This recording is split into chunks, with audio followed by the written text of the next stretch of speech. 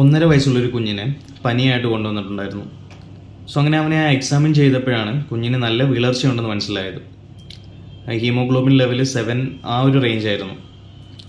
So എന്താണ് ഇതിൻ്റെ reason എന്നറിയാൻ വേണ്ടി നമ്മളിങ്ങനെ കുറേ കാര്യങ്ങൾ ചോദിച്ചപ്പോഴാണ് ആ വീട്ടിൽ ഭക്ഷണം കൊടുക്കുന്ന രീതിയാണ് പ്രധാനമായിട്ടുള്ള പ്രശ്നമായിട്ട് മനസ്സിലായത്. ഇവിടെ ഈ വീട്ടിൽ എന്താണ് മിസ്റ്റേക്ക് ചെയ്തതെന്ന് വെച്ച് കഴിഞ്ഞാൽ, ഒന്നാമത്തെ കാര്യം അമ്മയുടെ പാലാണ് ഇപ്പോഴും കൊടുക്കുന്നത്. അതായത് 1.5 വയസ്സായിട്ടും കുഞ്ഞ് ദാഹിക്കുമ്പോഴേക്ക് അമ്മയുടെ പാലാണ് കുടിക്കുന്നത്.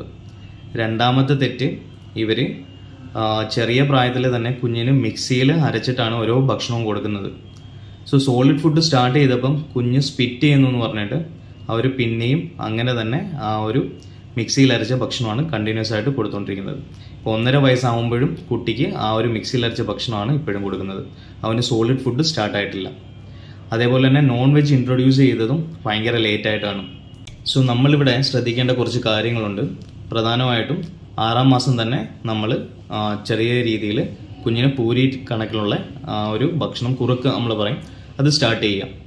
അത് കഴിഞ്ഞിട്ട് ഒരു 7 to 8 months ഒക്കെ ആകുമ്പോഴത്തേക്ക് കുഞ്ഞ് നല്ല രീതിയിൽ ഇരുന്ന് അവൻ്റെ ഫുഡൊക്കെ ഇൻടേക്കൊക്കെ നല്ല റെഡി ആകുമ്പോഴത്തേക്ക് നമ്മൾ കൈ കൊണ്ട് ഉടച്ച ഫുഡോ അല്ലെങ്കിൽ സ്പൂൺ കൊണ്ട് ഉടച്ച സ്മാഷ്ഡ് ഫുഡ്സൊക്കെ സ്റ്റാർട്ട് ചെയ്യാം.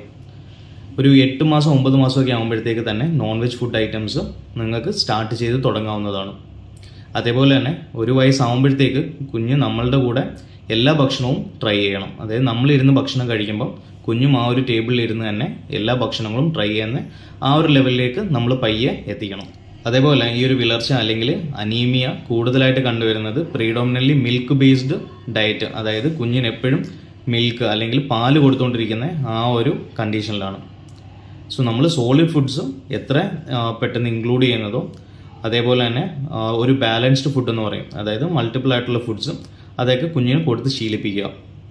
സോ എന്തുകൊണ്ടാണ് ഇത് ഭയങ്കര ഇമ്പോർട്ടൻസ് എന്ന് ചോദിച്ചാൽ, കുഞ്ഞിൻ്റെ ആ ഒരു ബ്രെയിൻ ഡെവലപ്മെൻറ്റ് ആദ്യത്തെ 2 to 3 years ഓഫ് ഏജിലാണ് നല്ല രീതിയിൽ നടക്കുന്നത്. സോ ആ ഒരു സമയത്ത് നമ്മൾ കുട്ടികൾക്ക് നല്ല രീതിയിൽ ന്യൂട്രീഷ്യസ് ആയിട്ടുള്ള ഭക്ഷണങ്ങൾ കൊടുക്കുക. ഈ അയൺ ഡെഫിഷ്യൻസി, അനീമിയ കാരണമൊക്കെ കുഞ്ഞുങ്ങളുടെ IQ ലെവലൊക്കെ കുറയാനുള്ള സാധ്യതയും ഉണ്ടാവും. സോ പ്രോപ്പറായിട്ട് എന്തൊക്കെ ഫുഡ് ഐറ്റംസ് ആണ് കൊടുക്കുന്നതെന്ന് നിങ്ങൾക്ക് ഡൗട്ട്സ് ഉണ്ടെങ്കിൽ നിങ്ങൾ നിങ്ങളുടെ പീഡിയാട്രിഷ്യൻസിൽ നിന്ന് ചോദിച്ചിട്ട് കൊടുക്കുക. സോ കുഞ്ഞുങ്ങൾക്ക് ഫുഡ് കൊടുക്കുമ്പോൾ കുറേ ഡൗട്ട്സ് ഉണ്ടാവും. സോ എന്തെങ്കിലും ഡൗട്ട്സ് ഒക്കെ ഉണ്ടെങ്കിൽ നിങ്ങൾ നിങ്ങളുടെ പീഡിയാട്രിഷ്യൻസിൻ്റെ അടുത്ത് ചോദിക്കുക. അല്ലാണ്ട് വെറുതെ ഓരോ ആൾക്കാർ പറയുന്നത് കേട്ടിട്ട് ഫുഡ് ഐറ്റംസ് കൊടുക്കാതിരിക്കുക, അല്ലെങ്കിൽ ആ ഫുഡ് കൊടുത്തു കഴിഞ്ഞാൽ കുട്ടിക്ക് പനി വരും, ജലദോഷം വരും എന്നൊക്കെ പറയുന്നത് കേട്ടിട്ട് കുറേ ആളുകൾ ഇങ്ങനെ ഫുഡ് ഐറ്റംസ് ഒക്കെ റെസ്ട്രിക്റ്റ് ചെയ്യുന്നതും കണ്ടിട്ടുണ്ട്.